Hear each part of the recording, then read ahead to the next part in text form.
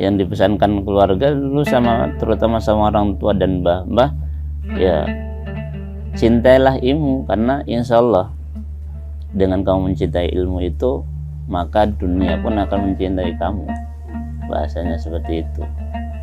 Sehingga yang diharapkan dengan kecintaan kita terhadap ilmu ini, insya Allah dunia itu akan ikut dengan kita, bukan kita yang mencari dunia, tapi dunia ikut kita karena kita memiliki ilmu tadi. Dengan harapan bahwasanya yang selalu sampaikan sama Mbah itu dulu, sekecil apapun kebermanfaatanmu di masyarakat itu adalah bagian yang harus kamu perhatikan. Ya namanya manusiawi pernah, karena melihat dengan fenomena yang ada terbentur dengan satu sisi idealisme kita dan juga terbentur dengan kenyataan realita kita seorang manusia laki-laki katanya kan harus menghidupi keluarga. Satu sisi kadang kita harus memilih jalan ini, dunia sepi dari dari segala sesuatunya, apalagi kan bahasanya hanya kita yang tahu dan teman-teman yang tahu. Sedangkan yang diamanahkan bahwasanya jangan cari hidup dari pesantren, jangan cari hidup dari dakwah, tapi hidupilah pesantren, hidupilah dakwah. Nah, itu idealismenya. Tapi satu sisi realita kenyataannya, aku harus menghidupi seperti ini dari mana? Itu yang menjadi akhirnya kan gonjang-ganjingnya di situ.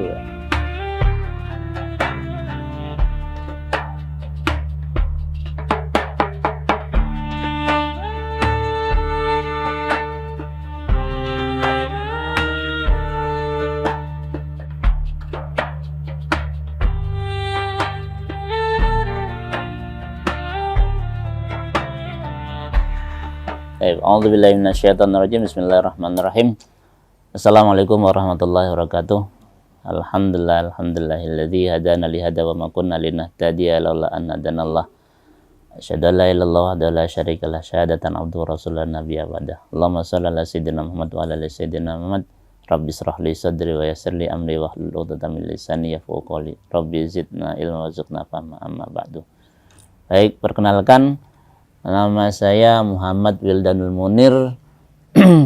Kami sebagai pimpinan Pondok Modern Al-Mujadul Amin Palangkaraya yang saat ini berlokasi di Jalan R. Tamilona kilometer 9,5 Kereng Bengkirai, tepatnya di dekat dengan wisata air hitam. Ya kan, dulu masa kecil ya tumbuh alhamdulillah di lingkungan religius. Emang satu sisi dari keluarga, mbah dan orang tua dulu dari kecil emang sudah dikenalkan dengan agama. Jadi emang kami dulu dari secara pendidikan pun semuanya diarahkan kepada agama. Walaupun mungkin dari awal kami bukan asli orang Palangkaraya, kami aslinya adalah orang Jawa yang kemudian datang hijrah ke Palangkaraya ini. Usia berapa dulu Ustaz ke Palangkaraya? Usia Palangkaraya itu tahun 2010. Cuman memang saya kelahiran di sini di 2000 tahun 90 itu kembali ke Jawa lagi, karena pada itu pendidikan yang ada di Kalimantan itu kan kurang mendukung terutama masalah pendidikan agamanya, sehingga orang tua kembali ke Jawa. Nah tadi faktor yang utamanya adalah bagaimana anak-anaknya mendapatkan pendidikan agama yang cukup, karena sebagai bekal hidup masa yang depannya. Sehingga kami dulu dititipkan kepada mbah-mbah yang notabene juga beliau adalah alumni pesantren di pondok daerah Pacitan, itu namanya Pondok Termas. Itu sehingga kami dididik di sana, disekolahkan di madrasah namanya Madrasah Diniyah Awaliyah, itu sore hari. yang dipesankan keluarga dulu sama terutama sama orang tua dan mbah, ya cintailah ilmu karena insya Allah dengan kamu mencintai ilmu itu maka dunia pun akan mencintai kamu, bahasanya seperti itu. Sehingga yang diharapkan dengan kecintaan kita terhadap ilmu ini insya Allah dunia itu akan ikut dengan kita, bukan kita yang mencari dunia tapi dunia ikut kita karena kita memiliki ilmu tadi. Dengan harapan bahwasanya yang selalu disampaikan sama Mbah itu dulu, sekecil apapun kebermanfaatanmu di masyarakat itu adalah bagian yang harus kamu perhatikan. Dulu saya di pendidikannya itu untuk pesantren di awal masuk tahun 98 itu ada di Pondok Modern Arisalah. Pondok Modern Arisalah di Selahung. Iya, itu di Selahung itu. Kurang lebih 4 bulan. Nah, setelah itu karena memang tujuan utamanya masuk itu adalah ke Pondok Modern Darussalam Gontor. Di bulan Syawal baru kami mengikuti ujian masuk gelombang kedua di Pondok Modern Darussalam Gontor. Tahun 99. Nah, tahun 99 itu masuk Darussalam Gontor, kemudian lulus tahun 2002. Jadi memang tahun 2002 qadarullahnya pas suatu pengabdian pun kami tetap berada di alma mater kami yang sama untuk mengabdikan diri. Jadi awal tahun 2003 lah kami mengabdi, sambil mengabdi juga di situ ada perkuliahan juga, dan kami rasakan bahwasanya memang jiwa naluri mengajar yang emang dari turun-menurun dari kakek ya buyut itu yang menjadikan kemudian merasa bahwasanya inilah jalan memang yang Allah tunjukkan untuk kami.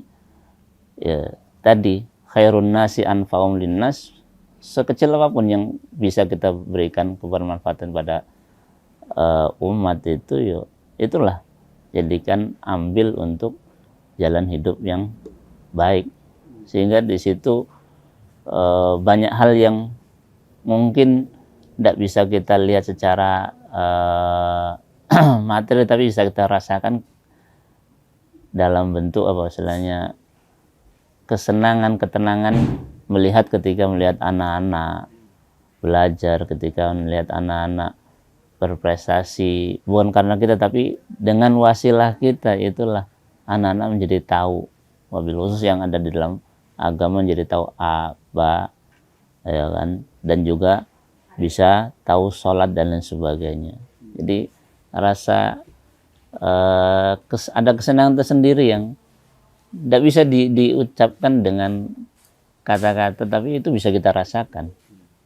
Yakinnya dulu ketika kami masih pengabdian, masa pengabdian di Gontor dulu, yaitu di tahun 2004, karena di awal 2000 pengabdian tahun pertama, waktu itu kami juga mencoba izin kepada orang tua untuk melanjutkan ke kuliah ke Al-Azhar Kairo, Mesir itu sama orang tua. Setelah itu dari ibu tidak ada dapat izin, lalu dapat ada dari bapak, alhamdulillah dapat. Akhirnya kami tetap di Gontor untuk melanjutkan pengabdian. Terus saat tahun kedua lagi juga ada tawaran lagi, tapi kemudian tahun 2004 itulah menginjak tahun 2005 kami mulai memantapkan bahwasanya mungkin inilah jalan yang Allah istilahnya inginkan untuk kami memperdalam lagi, lebih mengenal lagi tentang bagaimana mendidik, bagaimana istilahnya kita mengajarkan agama yang benar, yang tepat untuk orang-orang, terutama ya yang ada di lingkungan pesantren itu sendiri. Ya namanya manusiawi pernah, karena melihat dengan fenomena yang ada, terbentur dengan satu sisi idealisme kita dan juga terbentur dengan kenyataan realita kita seorang manusia laki-laki katanya kan harus menghidupi keluarga. Atau sih kadang kita harus memilih jalan ini, dunia sepi dari ya dari segala sesuatunya, apalagi kan bahasanya hanya kita yang tahu dan teman-teman yang tahu. Sedangkan yang diamanahkan bahwasanya jangan cari hidup dari pesantren, jangan cari hidup dari dakwah, tapi hidupilah pesantren, hidupilah dakwah. Nah, itu idealismenya. Tapi satu sisi realita kenyataannya, aku harus menghidupi seperti ini dari mana? Itu yang menjadi akhirnya kan gonjang-ganjingnya di situ lah. Ya kembali lagi kepada niat nawaitu yang ada, keraguan, ketakutan itu yang kami jalani dengan bagaimana istilahnya selalu minta pertolongan dan perlindungan dari Allah. Mohon Allah petunjuk, selalu istikharah, selalu hajat, apapun yang kita ambil, apa yang saya ambil itu kembalikan sama Allah, dan juga meminta agar Allah juga hadir dalam setiap keputusan yang saya ambil itu. Ya alhamdulillah, perlahan-lahan diberikan ketenangan, dan mudah-mudahan Allah izinkan untuk bisa istiqomah itu. Waktu itu karena ada kita dan orang tua kan masih di sini. Orang tua di sini, usaha orang tua di sini. Jadi orang tua sudah sepuh, sudah tua juga kan. Ya nawa itu ketika orang tua udah datang ke Palangka bantuin bapak di sini. Ya akhirnya karena orang tua ya ini suruh datang ke sini, suruh ikut sama orang tua ke sini, ya bismillah. Nawa itunya ya istilah birrul walidain, ngabdi sama orang tua. Yang selama kemarin tuh ngabdi sama di pesantren kurang lebih sekitar 7 tahunan. Kemudian saya sama orang tua kan istilah beratnya lama, tahun 98 sampai tahun 2009 itu ibaratnya kan tidak pernah, jarang bertemu dengan orang tua itu kan. Kayak bertemu kan di puasa-puasa liburan saja. Sehingga ketika orang tua menyampaikan datang sini bantu, ya nawa itu cuma satu, ingin bakti sama orang tua, itu aja. Belum sama sekali terpikirkan pesantren. Bahkan dulu waktu bercita-cita yang tertulis di dalam ya bahasanya dalam bukan kalender, tapi istilahnya yang dituliskan di dalam tahunan tentang hidup itu pesantren. Nah, dicita-citakan, cuma namanya belum tergambarkan, tempatnya juga belum tergambarkan. Sampai datang sini pun tidak ada nawa itu untuk memiliki niatan untuk mendirikan pesantren itu juga. Di tahun 2011 kurang lebih pertemuan kami dengan namanya Pak Haji Samsuri itu. Pak Haji Samsuri itu orang yang kebetulan sudah lama di sini. Dan beliau punya cita-cita juga untuk bagaimana memiliki lembaga pendidikan Islam. Pendidikan Islam yang nantinya menjadi alternatif dari pendidikan yang ada di kota ini.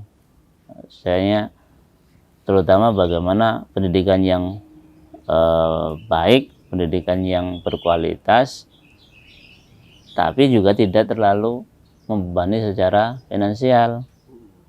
Nah, di 2011 kemudian kami istilahnya berdiskusi, ngobrol seperti apa sih yang ininya.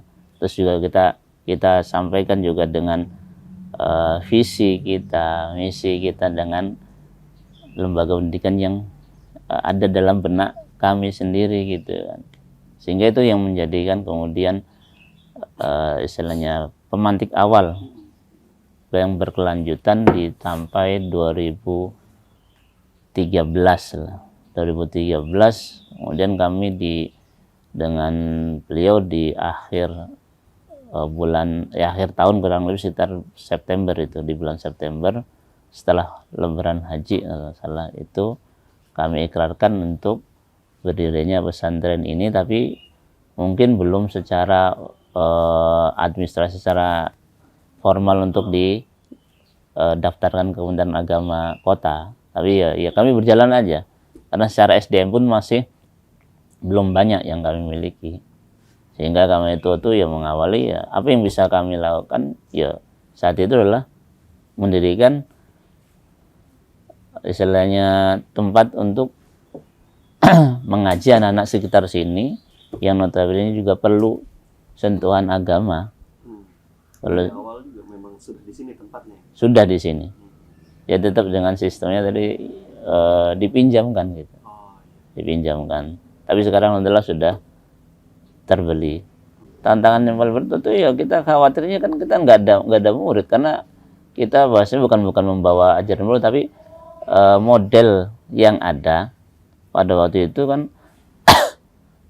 orang tua gimana anak-anaknya di sini sehari kan, yang ada kan, aduh nanti anak saya capek, anak saya nanti gimana itu makannya, gimana istirahatnya dan lain sebagainya. Sehingga di awal dulu ketika lo masih madrasah atau sifatnya kayak bahasanya di luar itu TPA, itu ya masih banyak orang masyarakat sekitar ini 40 sampai 70 orang dalam istilahnya setiap harinya yang masuk. Tapi begitu kita pindah ke sekolah dasar di SD tadi itu ya kami kira kan madrasah ini modal awal, kepercayaan masyarakat modal awal untuk kami bisa mendirikan sekolah formal.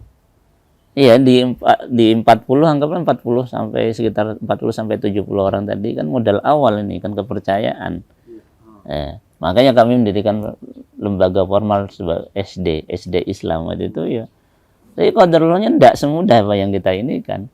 Kami harus melawan rasa takut kami tadi. 1 orang datang, 2 orang datang, 3 orang. Ya. 3 orang dalam kurun waktu kurang lebih sekitar 6 bulan, hampir 1 tahun kami menunggu murid untuk sekolah formal. Sehingga sampai di bulan pembukaan tahun ajaran baru hanya 5 orang saja yang kami anggap tadi kepercayaan masyarakat ada dengan adanya tadi madrasah tadi, jumlah santrinya banyak itu kan. Tapi tidak semudah apa yang kita ini kan, dan itu khawatiran kita, apa yang kita bawa apakah ini salah. Ya itu yang jadi ya hampir menyerah itu ya sempat saja, karena bahasanya itu kan manusiawi, karena kita kan ekspektasinya ingin sesuatu yang diterima kan di masyarakat, itu kan sesuatu yang lumrah itu di awalnya. Karena tadi kemudian kami ya pelan-pelan banyak hal yang kemudian dengan kadang minta saran, minta nasihat dari guru-guru kami dan sebagainya. Intinya ya jangan minta sesuatu dari awal itu sudah enak. Kalau sesuatu sudah dari awal sudah enak, kamu nggak akan merasakan nikmatnya perjuangan, kamu nggak akan merasakan nikmatnya sesuatu yang kamu perjuangkan. Sehingga itulah yang membuat kami akhirnya menjadi bismillah, emang ini yang harus kami jalani. Sehingga tidak semua juga apa yang mungkin terlihat ketika lembaga-lembaga besar yang ada itu juga sama seperti yang dibayangkan. Ya mungkin mereka juga sama, bahkan lebih jauh dari apa yang kamu bayangkan. Ya peran pesantren utamanya itu bagaimana menjagai akidah umat, yang saat ini mulai masya Allah kan dengan berbagai macam katakanlah kemudahan media itu kan sudah campur abu-abu, mana yang hak, mana yang batil, mana yang bagian daripada ibadah, mana yang bagian daripada tradisi. Itu ini makanya pesantren itu pada intinya adalah bagaimana menjaga akidah umat. Yang kedua juga bagaimana membentengi umat ini dari kerusakan akhlak yang ada. Nah, itu yang tugas utama yang harus memang diemban. Setelah itu kan dengan berbagai macam hal yang ada lah. Dan itu kan juga tertuang dalam undang-undang pesantren yang sekarang ini. Penamaan pesantren modern itu kan hanya penamaan. Walaupun mungkin tanpa modern pun, kalau memang kita satu sisi kan, kalau kata kiai kami namanya Islam itu sudah modern. Jadi ini mungkin untuk memberikan kesan saja kepada masyarakat bahwasanya pesantren itu enggak kumuh-kumuh amat sih gitu. Jadi enggak kumuh-kumuh amat, sehingga kan ada tambahan seperti itu. Yang jelas bagaimana tadi pesantren ini kan memberikan ruang gerak ya pada anak-anak yang ada di sini. Kehidupan yang totalitas yang ada di pesantren itu nilai-nilai Islam ya, itu tertanam dalam setiap aktivitas kehidupan anak-anak. Jadi mereka nggak jumut, hanya aktivitas mereka sholat, habis sholat ngaji ya, kemudian habis ngaji ya ada mungkin yang kitab-kitab seperti itu. Karena kami di sini memang nggak mengajarkan kitab secara klasikal yang ada di bahasa orang tuh sorogan gitu. Kita memang mengajarkan kitab-kitab itu dalam bentuk yang lebih sistematis dalam pengajarannya, ada metodologinya untuk bisa memahami kitab itu. Makanya ilmu bahasa itu kita ajarkan kepada anak-anak di mulai kelas 2. Ada bahasa Arab itu, ada nahwu, shorof. Ingin tanamkan pada santri sebagaimana sudah tertuang di dalam ini namanya lembaganya kan Pondok Modern Al-Mujadul Amin, tapi kurikulum dalam pendidikannya itu kita menggunakan sistem muallimin, namanya Kulliyatul Muallimin Al-Islamiyah.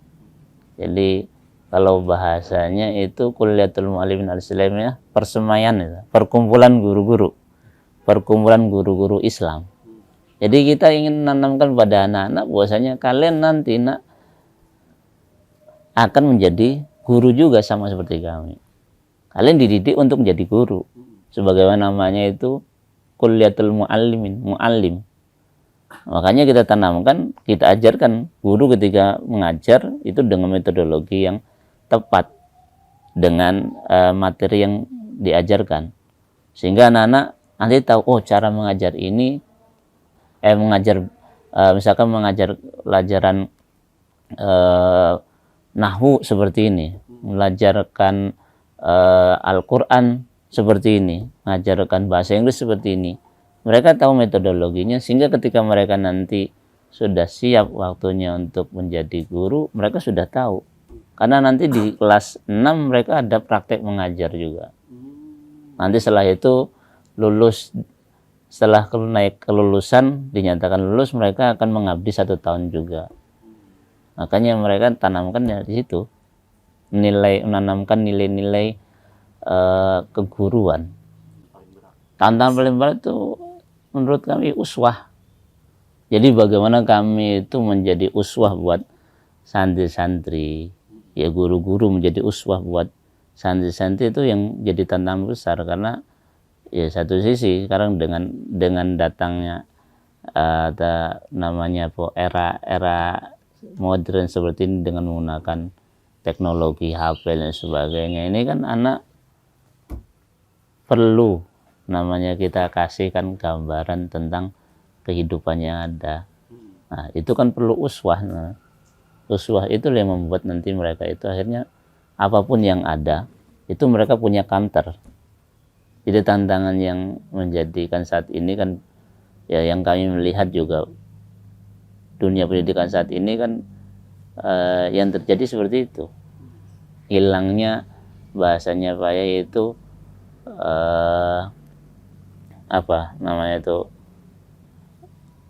astagfirullahaladzim, ada namanya itu ilmu wal mu'allim itu apa? Keteladanan itu ada namanya itu amanatul ilm. Itu ada namanya amanatul ilm dan amanatul ulama. Nah, jadi kalau ada amanah ilmu dan juga amanah ulama. Nah, setelah kalau ada amanah ilmu dan amanatul ulama, nanti baru ada namanya apa? Hah? Iya itu. Jadi yang jadi tantangannya tadi untuk uswah. Mimpi kami yang terbesar adalah bagaimana pondok ini nantinya bisa memberikan manfaat yang sebesar-besarnya dan maslahat ya seluas-luasnya untuk umat. Karena yang kita bawa dalam artian misi kita di sini, bagaimana misinya Rasulullah itu sampai juga kepada umat yang ada di akhir zaman ini. Ya, sebagaimana Rasulullah menyampaikan, bu'istu mu'alliman. Innama bu'istu mu'alliman, sungguh saya itu di apa sih, dijadikan sebagai, kan yang sering kita dengar kan, innama bu'istu liutami makarimal akhlak, diutus untuk menyempurnakan akhlak manusia. Dan juga Rasulullah menyampaikan juga, innama bu'istu mu'alliman, saya juga diutus untuk jadi seorang mu'allim, jadi seorang guru. Makanya harapan besar kami bahwasanya lembaga ini dengan mendidik anak-anak nanti yang menjadi mu'allim dengan profesi mereka masing-masing, nanti ketika mereka keluar tidak semuanya akan jadi guru tuh kan. Mungkin akan ada jadi gubernur, jadi bupati, akan jadi mungkin pedagang, ada jadi anggota dewan dan sebagainya. Apapun profesi mereka nanti akan mengajar dengan skop skala profesi mereka masing-masing, sehingga tersampaikan kebaikan-kebaikan yang ada dalam Islam itu, ruang lingkup yang jauh lebih luas lagi. Kalau yang ada di pesantren mungkin ruang lingkupnya seperti ini, tapi ketika mereka nanti sudah keluar, itu ruang lingkupnya jauh lebih banyak, lebih besar lagi. Makanya manfaatnya yang banyak, maslahatnya yang luas, itu yang kita harapkan. Download Tribun X sekarang, menghadirkan lokal menjadi Indonesia.